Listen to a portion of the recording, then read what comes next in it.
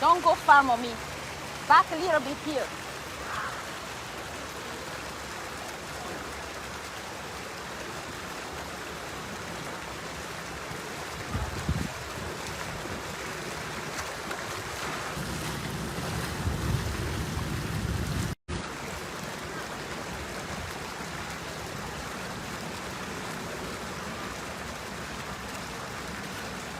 Elizabeth, come here. Come a little bit.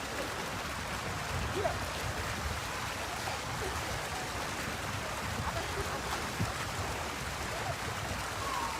I'm talking to you, Elizabeth. Here.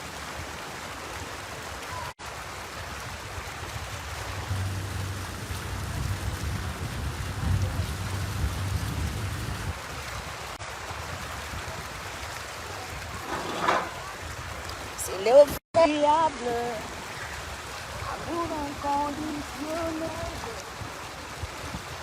il est mon meilleur ami. On parle aujourd'hui de la jeune dame gabonaise. Bonjour à vous d'abord, salut, comment tu vas la française? Comment elle va la Gola?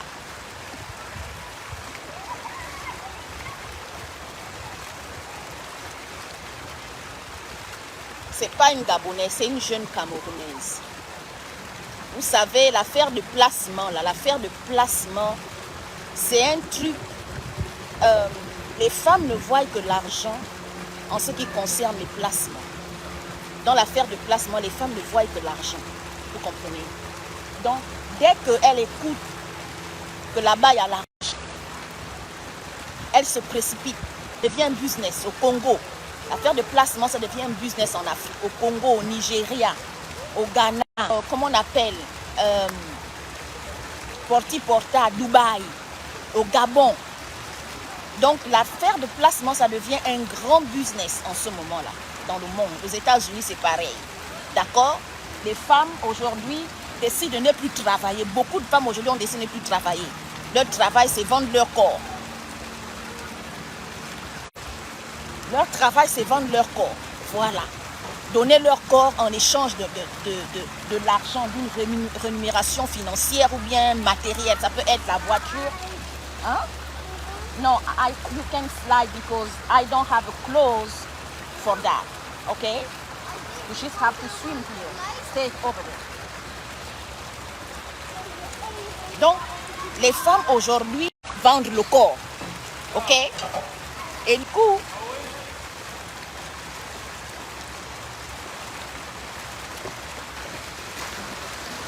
la jeune dame camerounaise en question, je taire son nom, elle a eu le jackpot. Hein? No, you can drink that. We have water. You want to drink some water? Et lorsque elle se lance dans la relation, elle informe quand même à une de ses tantes. Elle dit à une de ses tantes que Tata, j'ai eu un jackpot, j'ai eu un malangouza. Chez nous au Gabon, on appelle ça le malangouza. Le malangouza, c'est celui qui a l'argent. Voilà. Comment on l'appelle, le caviar. Donc elle a dit à sa tata que tata, j'ai eu le malangouza là-bas, il est au Gabon.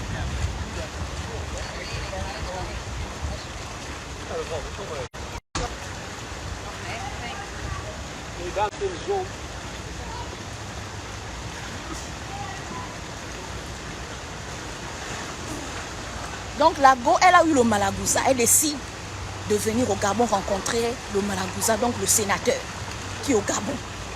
L'histoire se passe à Port-Gentil, c'est une histoire réelle. Voilà. La petite, elle est en forme, elle a 19 ans. Le sénateur, il a 60 ans, le boy. Mais à cause de l'argent, elle décide de se lancer dans le truc.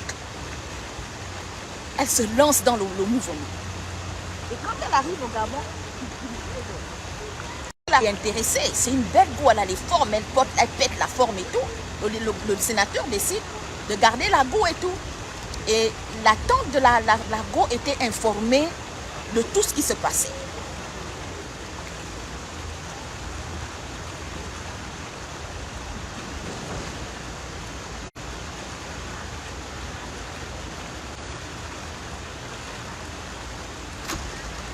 La tante de Lago était informée de tout ce qui se passait dans le bise. Ils avaient déjà passé plusieurs nuits ensemble. Et Lago en question, pendant qu'elle dormait, à une certaine heure de la nuit, elle remarquait que le Malangouza, donc le sénateur en question, le boy, il se réveillait. Il se réveille à une certaine heure. Et quand elle essaye de filer un peu le gars lui dit non, quand je sors à cette heure-ci, toi tu dois dormir, tu ne dois pas me suivre. Et la fille dit oh, tu sors à la même heure, tu vas où dans la maison là? Elle constate qu'en fait il ne sort pas, les portes, il n'y a pas le bruit des portes, il n'y a rien, donc ça veut dire que le boy est là. Mais il fait quoi? Et quand il va à 3 h du matin là, il revient à 5 h. Mais la jeune fille lui dit que mais explique-moi. Tu dis que tu m'aimes, mais tu sors à 3 h, 4 h du matin chaque jour, tu reviens à 5 h du matin, tu vas où? Elle veut avoir des explications. Tu dis que tu m'aimes, on a décidé de partager ce que tu fais en fait. Donc tu me caches des choses. Monsieur lui dit non, il y a des choses que je ne peux pas t'expliquer maintenant. Au fur et à mesure qu'on va se faire, on va se connaître, on va mettre du temps et tout.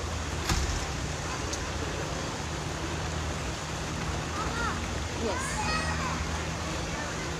Au fur et à mesure qu'on mettra du temps, je vais t'expliquer qu'est-ce qui se passe exactement. Vous comprenez? Et la jeune dame, elle a gardé son calme, elle a gardé son froid. Et la relation a mis quand même du temps, ils ont évolué ensemble et tout. Il y avait des chauffeurs, des cuisiniers, un sénateur au Gabon, il a du pognon, même vous connaissez que ce sont eux qui mangent l'argent du pays. Vous voyez? L'argent du gouvernement, c'est pour eux. Mommy, don't go so far. You stay little, okay? I need to see you around here.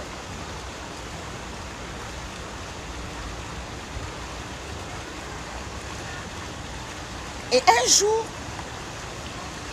elle décide par curiosité de fouiller, comment on appelle, d'aller, parce qu'il avait une chambre en fait privée. Et le monsieur lui avait dit, la chambre là, tu n'ouvres ça jamais. Jamais, tu ne dois jamais entrer dans cette chambre, les chambres secrètes. Donc le boy, le sénateur, le Malangouza, il avait une chambre secrète dont personne n'avait le droit de rentrer.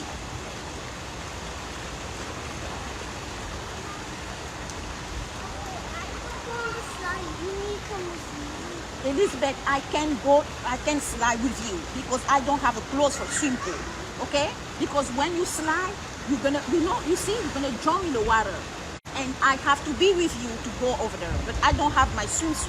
I didn't bring my swimsuit, okay? You can just swim here. You don't have to go over there. You okay? Yeah, but she has, and we didn't bring anything.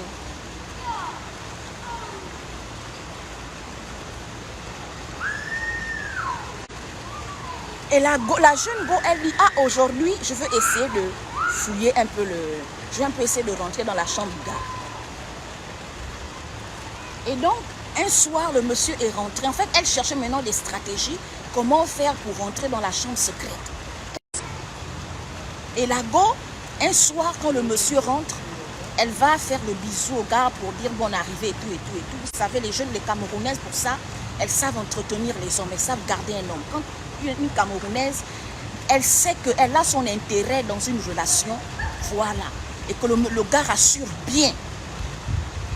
En général, elles savent bien entretenir et garder les hommes, les Camerounaises.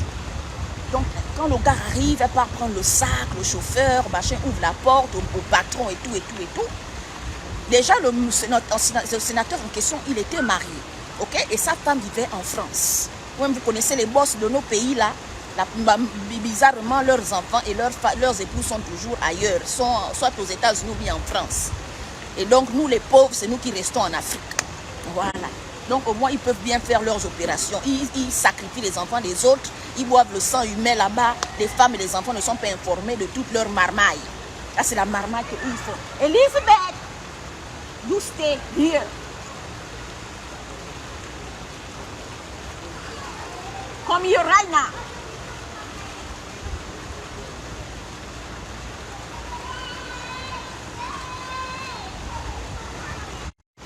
Tu vois? Et elle, par sa sagesse et par intelligence, elle a compris en fait que On dirait que c'était la clé de la chambre secrète. Et un jour, quand elle est restée seule, le monsieur était au travail, elle est restée seule en journée, les gardiens sont dehors, les enfants, il n'y a personne dans la maison, elle était seule. Elle décide d'aller prendre la clé là. Et puisque le monsieur l'avait déjà montré, la porte interdite où elle ne devait pas rentrer. Elle, par curiosité, elle disait qu'à tout prix, elle doit rentrer dans la chambre là. Et elle allait mettre la main là-bas, elle avait constaté que c'était vraiment une clé. Quand elle part, elle dit, je vais un peu essayer si la clé là, c'est pour la chambre secrète en question. Effectivement, quand elle met la clé sur la porte, la clé ouvre. Et elle rentre dans la chambre en question. Une chambre spéciale. Une chambre organisée où il y avait des trucs en or. Même les couteaux étaient en or. Tout était en or là-bas. Tout était impeccable. Une propriété incroyable. Voilà, il y avait des statuettes bizarres. Elle dit, mais pourquoi ils gardent les statuettes là? Elle ne savait pas qu'elle était en train de creuser sa propre tombe. Au même instant, sa tata en question, la tata à qui elle confiait toutes ces choses, d'accord, elle a dit à la tata là que, la tata l'appelle, elle dit non, j'ai une urgence tout de suite là. Il faut que tu viennes me chercher, tu viennes prendre l'enfant, tu vas rester avec lui parce que je dois sortir, je dois faire aussi une sortie. On dirait que la tata aussi avait un business. Donc elle voulait sortir, il n'y avait personne pour rentrer avec l'enfant. Parce que quand ils sont arrivés au Gabon, avant que le monsieur n'accepte qu'elle aille habiter avec lui, il avait pris un appartement pour la jeune fille en question. Et la jeune fille ne voulait pas habiter seule, elle a amené sa tata. Et sa tata aussi avait un bébé. Ok? Et la tata en question, lui dit, viens chercher l'enfant. Elle dit, mais la tata, elle me gaspille le business. Donc la go envoie le chauffeur d'aller chercher le bébé. Et le bébé arrive. Mais malgré que le bébé était là, elle a fait à manger à l'enfant, elle a fait à manger au monsieur, elle est en train de préparer le dîner et tout. Mais l'esprit lui dit, va fouiller la chambre là. Tu rentres dans une chambre, tu vois déjà que la chambre là, ce n'est pas une chambre trop normale. Et la jeune fille, elle rentre avec le bébé à l'intérieur. C'est une histoire réelle. C'est une histoire réelle. Qui s'est passée au Gabon, au niveau de Port-Gentil. Voilà, je terre le nom du sénateur en question. Et la fille, Mommy, don't go too far, ok? Et la fille en question, pendant qu'elle cuisinait, elle était agitée parce qu'elle voulait comprendre ce qui se passait dans la chambre là. Donc elle prenait l'enfant, elle allait dans la chambre du haut, allait voir si elle fouillait la chambre. Quand elle a un peu de temps, elle cuisine, elle faisait des trucs pressés. Elle partait en même temps, regarder, fouiller un peu la chambre, qu'est-ce qui était dans la chambre en question, la chambre secrète. Et la dame, à un moment donné, elle a laissé l'enfant dans la chambre. L'enfant était en train de jouer. C'était un enfant qui rampait déjà. Vous voyez, il rampait à peine et tout. Elle a laissé l'enfant là-bas. Quand je m'avais dit de regarder la main, il est descendu. L'enfant est resté là-bas.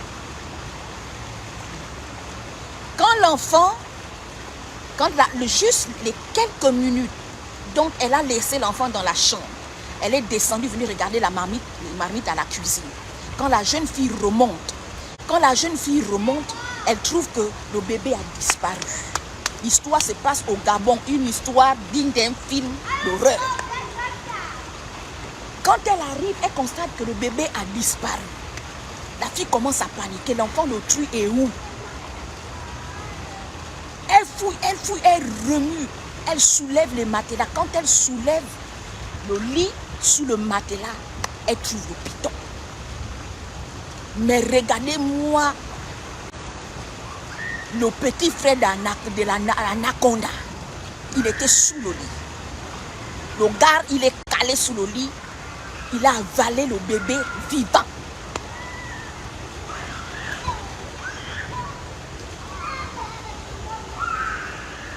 Il a avalé le bébé vivant.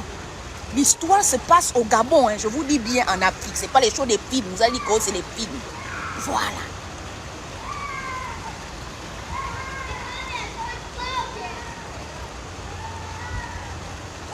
Elle se bat. Le truc, c'est que elle ne pouvait même pas demander de l'aide au gardien parce qu'elle était coincée. La fille a commencé à paniquer. Donc, quand elle était remontée, elle avait constaté que le bébé avait disparu. Elle est restée là-bas en train de fouiller maintenant la maison. Et elle avait les marmites au feu. Les marmites ont commencé à brûler. Donc, c'est l'odeur de brûlure là qui a signalé le gardien que il y a un problème dans la maison. Là. La maison a commencé à siffler. Donc l'odeur de la fumée. La maison a commencé à fumer. Les marmites se brûlaient. Elle paniquait, s'embrûlait. La belle est rentrée dans la chambre secrète avec le bébé d'autrui. Le python a avalé le bébé en question. Le gardien, l'erreur qu'elle avait faite en fait, c'est que quand elle est partie, parce que c'était vraiment pour elle un objectif, elle voulait atteindre un objectif, vous comprenez? On ne sait pas ce qu'elle cherche, les petites filles, on ne sait pas ce qu'elles cherchent. Elle a mis la clé sur la porte d'entrée, la porte principale. Elle a mis la clé dedans. Donc quand le gardien voulait rentrer, parce que la maison fumait déjà, le gardien veut rentrer, elle est allée en haut là-bas en train de chercher l'enfant, en train de crier, paniquer. Le truc est fermé.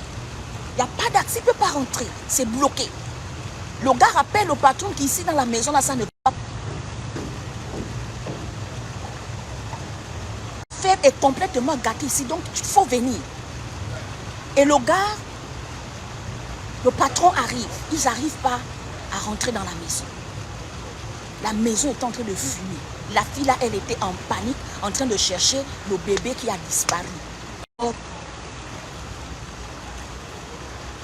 Et c'est comme ça que les gardiens ont tout fait. Comment on appelle? Ils ont trouvé une solution pour ouvrir la porte. Ils ont ouvert la porte, ils sont rentrés. Et quand le monsieur rentre, il constate que la fille, sa chambre secrète était ouverte. La fille était en haut. Il demande à la fille, qu'est-ce qui s'est passé? La fille dit, parce qu'à chaque fois, chaque 3 heures ou 4 heures, tu sors, je ne sais pas là où tu pars. Et tu me dis, je ne dois pas rentrer dans la chambre. Moi, je voulais aller voir ce qui était dans cette chambre. Donc, j'avais remarqué qu'à chaque fois que tu rentrais les soirs, tu prenais la clé derrière un tableau. Et moi, quand j'ai pris la clé, je suis allée essayer sur la porte de ta chambre secrète là. J'ai vu que c'est passé, je suis rentrée. Et quelques minutes plus tard, ma tante m'a appelé d'aller chercher le bébé. Et comme j'étais en train de cuisiner, je préparais le dîner, je dis au gardien d'aller chercher l'enfant. Et quand j'amène l'enfant, puisque j'étais déjà en train de faire moi ma chose, j'ai amené l'enfant dans la chambre, je me suis dit que c'est une chambre normale. J'ai seulement vu un peu des choses bizarres, mais je me suis dit, je vais essayer de fouiller pour voir qu'est-ce qu'il y a dans la chambre en question. En bas, je suis allée en bas, j'ai laissé le bébé ici. Quand je reviens, le bébé de ma tante a disparu. Le monsieur a mis les mains sur la tête. Il a dit, qui t'a envoyé? Qui t'a envoyé de... Il a seulement dit à la jeune fille là que tu m'as tué.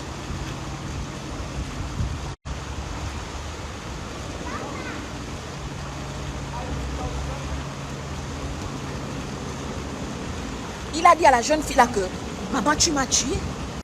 Voilà, ce qui est dans la chambre là, personne n'avait le droit ni de toucher, ni de voir, ni de connaître ça. Et dans ma secte, dès que tu violes certaines règles, soit il faut que je sacrifie quelqu'un ou bien moi-même, mon maître va finir avec moi. Là où tu me vois là, mon maître va finir avec moi. Parce que personne n'avait le droit de voir et de rentrer dans cette chambre et de voir ce qui se passait là-bas. La fille a commencé à pleurer. Les gardiens ont pris la fille, ils l'ont amenée. Elle est repartie dans la maison, là où le monsieur l'avait pris l'appartement avec sa tante. La tante, quand elle rentre, elle demande que l'enfant est où. La nièce l'explique d'abord que ma tante, assois-toi d'abord parce que l'histoire que je vais te raconter, c'est une histoire digne d'un film d'horreur. Je suis en train de mettre un peu d'humour. Et là, la jeune dame, elle relate la situation à sa tante. Que voilà ce que j'ai eu chez le monsieur.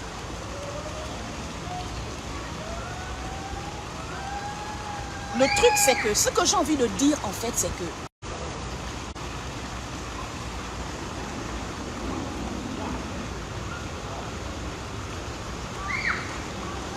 l'avidité d'argent des femmes en Afrique aujourd'hui, de la jeune femme africaine, va nous amener loin. L'avidité d'argent, la soif d'argent, la soif de réussir, la soif de paraître, ça va tuer la jeune femme africaine. Parce que la jeune femme africaine, elle est prête à tout pour paraître. Vous êtes là sur les TikTok, sur les réseaux sociaux, elles font des grandes choses, elles sont dans les grandes voitures, elles ont des grands sacs. Au prix de quoi? Au prix de la vie humaine, au prix des sacrifices humains. De façon inconsciente, elle a participé, d'accord, au sacrifice de son cousin, le bébé que le python a avalé. La tante lui dit, garde l'enfant parce que je dois sortir. Elle amène l'enfant de façon inconsciente. Tu vois déjà que toi tu es en danger. On te dit que dans la maison là, il y a une chambre secrète. Non, elle peut prendre l'enfant d'autrui et elle dépose l'enfant dans une chambre. Tu ne sais même pas ce qu'il y a dans la chambre.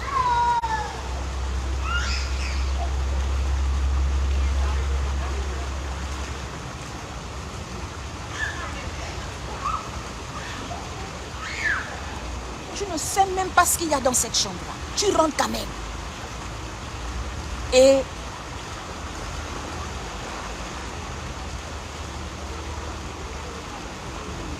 c'est pour dire aux jeunes femmes quoi? C'est pour dire aux jeunes femmes, n'enviez pas tout le monde. N'enviez pas les gens. Moi, j'ai toujours dit à beaucoup de jeunes femmes, j'ai toujours dit ceci, dans la vie, quand Dieu bénit quelqu'un, Dieu est le Dieu de tout le monde. C'est un Père. C'est pour ça qu'on l'appelle le Père. Père créateur. Vous comprenez? Et Dieu, chacun d'entre nous, c'est comme un plat. Vous comprenez? Chaque enfant sur cette terre, nous sommes tous des enfants. Quand tu es un bébé, tu es un nouveau-né, tu es un adulte, tu es un jeune, tu restes un enfant de Dieu. Et dans le plat, Dieu sert à chacun selon le besoin de la personne, mais aussi Dieu en train de servir. Pendant que Dieu est en train de me servir en ce moment, ton assiette encore vide, tu te dis non, Dieu ne va pas me servir. Non, Dieu attend terminer de me servir. Après, il va te servir. Chacun a son tour de gloire, de réussite, de bonheur sur la terre. Inutile de vouloir imiter les gens, vouloir faire les choses pour, comment on appelle, impressionner les gens et tout. Non, chacun a son tour de bonheur sur la terre. Aujourd'hui, c'est le temps de l'autre. Demain, ce sera ton temps. Aujourd'hui, c'est la génération. Nous sommes dans une génération. Demain, ce sera une autre génération. Avant hier, c'était une autre génération. Avant hier, c'était le temps de l'autre. Quand le temps de l'autre est passé, c'est maintenant ton temps. Et Dieu sait comment il travaille avec chacun d'entre nous sur la terre. Il sait comment bénir chaque personne. Mais les femmes aujourd'hui, les jeunes filles, les petites filles d'aujourd'hui là, elles ne savent plus patienter. Comme disait l'actrice ghanéenne là, Afia, Jackie Afia, elle disait que les jeunes filles aujourd'hui, les jeunes aujourd'hui veulent rouler dans des voitures qui coûtent des centaines de millions, mais l'argent que tu n'as pas travaillé, l'argent facile. Et l'argent facile, là, ça a un prix. Derrière tout ce qui est facile dans la vie, ça a un prix. Tu veux rentrer dans les sectes pour devenir riche, ça a un prix.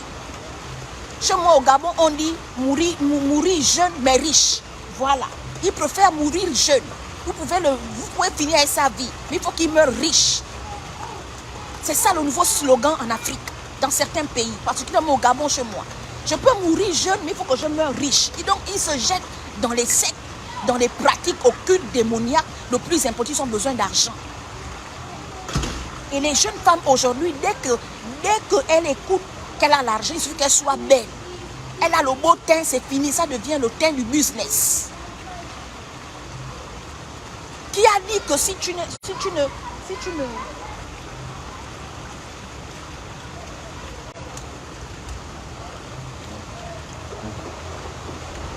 Je ne sais pas qui a dit à la jeune femme africaine que si tu ne rentres pas dans les choses sales, tu ne peux pas réussir. Je ne sais pas qui a dit à la jeune femme africaine que si tu ne couches pas avec les animaux, avec les portes, tu ne fais pas les portis-portas, si tu ne rentres pas dans les comment on appelle ça, les placements, tu ne peux pas réussir. Il y a des gens qui réussissent sur la terre de façon normale. Mais seulement tu dois patienter, être patient, attendre le temps de Dieu pour toi. Quand c'est Dieu qui te bénit, la parole de Dieu dit que la bénédiction de Dieu ne se fait suivre de aucun chagrin. Les gens ne doivent pas mourir dedans pour que tu deviennes riche. Mais aujourd'hui, nous, on se précipite le plus important, c'est qu'il y a l'argent. Tu viens d'abord trouver un monsieur d'un certain âge comme ça. La femme est en France. Et il faut remarquer que la plupart de ces messieurs-là, leurs femmes sont toujours en France. Leurs enfants sont toujours en Occident. Eux-mêmes, ils font leur magouille là-bas. Parce qu'ils ne veulent pas qu'on leur gêne. Et ça devient une culture. Mommy, don't go so far. Back here.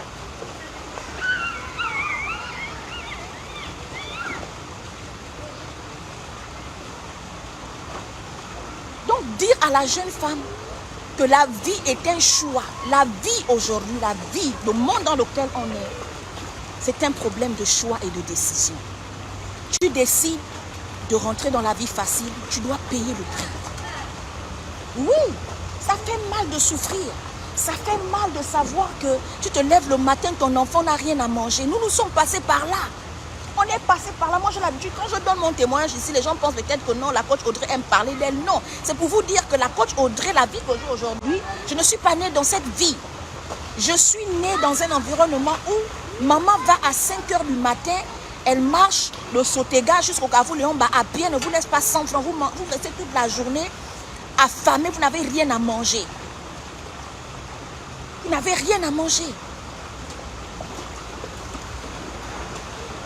Vous n'avez rien à manger. Vous vous débrouillez là toute la journée. C'est quand elle rentre le soir que vous trouvez quelque chose à manger. En dehors de ça, vous restez affamé toute une journée. Je sors de là. Je sors où quand tu vas à l'école, tu étudies avec la lampe. Les Africains savent de quoi je parle. Moi, je suis sortie dans ces conditions-là. Je ne suis pas née dans l'opulence, ni dans les endroits paradisiaques. Non, non, non. Je suis née dans la misère et la galère. Quand je parle, je suis un témoignage puissant pour ceux qui m'ont connu, que ce soit à l'école, que ce soit dans ma famille, dans les relations, les amis. Je suis un témoignage puissant. Aujourd'hui, la vie que j'ai, je n'ai pas mangé la feuille, je n'ai jamais lavé mon corps. Je ne sais pas comment aller faire laver le corps chez les marabouts. Je ne connais pas ça, je suis africaine. Mais moi, j'ai vu des amis, des connaissances, faire des choses de fétichisme, de tradition, aller s'initier. Leur vie n'a pas changé. Oh, je m'en vais m'initier, je veux me marier. Tu te maries, mais avec un homme qui te trompe, tu vas féticher un homme, l'homme te trompe. Tu mets la nuit, les femmes en Afrique, au Gabon comme ça, j'avais des copines, elles me disent comme ça qu'Audrey, voilà c'est ce que je fais. Elle prend sa serviette hygiénique, la serviette hygiénique. Elle prend sa serviette hygiénique, elle presse ça dans la nourriture de l'homme, elle finit de faire la cuisine à l'homme. Les hommes, voilà pourquoi les hommes, ils ont les cœurs dingue.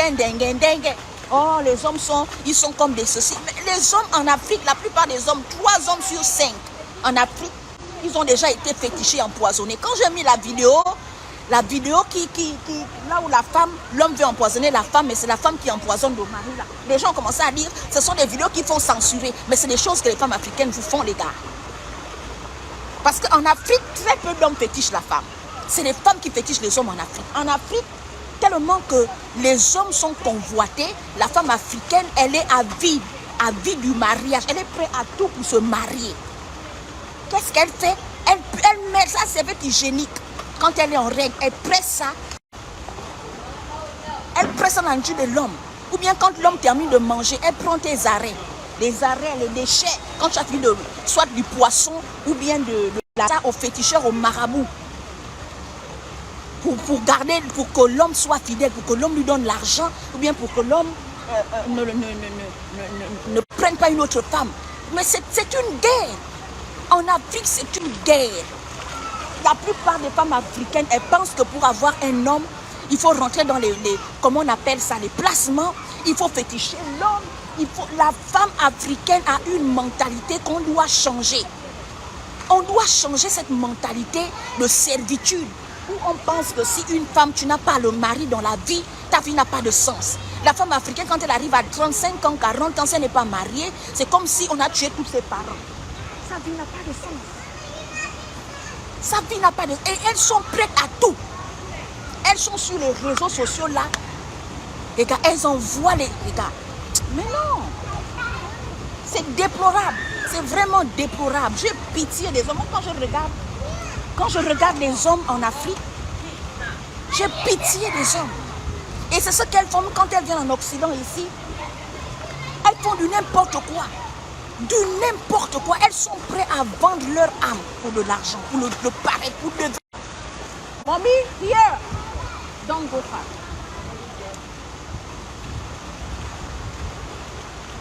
Ne sachant pas que toutes ces choses sont éphémères. C'est des choses éphémères. Un jour, on va laisser ça. Un jour, on va laisser ça. Si Dieu a décidé de te bénir, il va te bénir. Il va te bénir.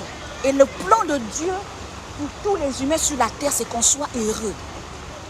Maintenant, si toi-même, tu ne respectes pas certains principes, tu vas terminer ta vie comme ça. Quand on vient faire les coachings, oh, c'est toi qui vas venir m'éduquer. Mes parents m'ont éduqué. Mais oui, pourquoi vous allez à l'école? Les parents nous ont tous éduqués. Chaque parent a éduqué son enfant. Mais pourquoi on va à l'école? Parce qu'à l'école aussi, on a besoin d'éducation de d'autres personnes qui ont été formées pour ça. Voilà, la vie, la réussite d'un être humain, c'est un assemblage d'efforts. Chacun vient mettre une partie sur une partie, vient participer, vient donner une partie d'effort sur le gâteau pour faire réussir la personne. Voilà, réussir aujourd'hui, ça demande beaucoup d'efforts. Wait.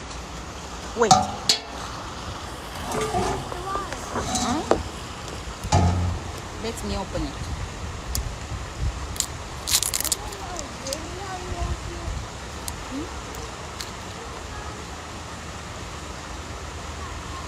Drink here, Elizabeth.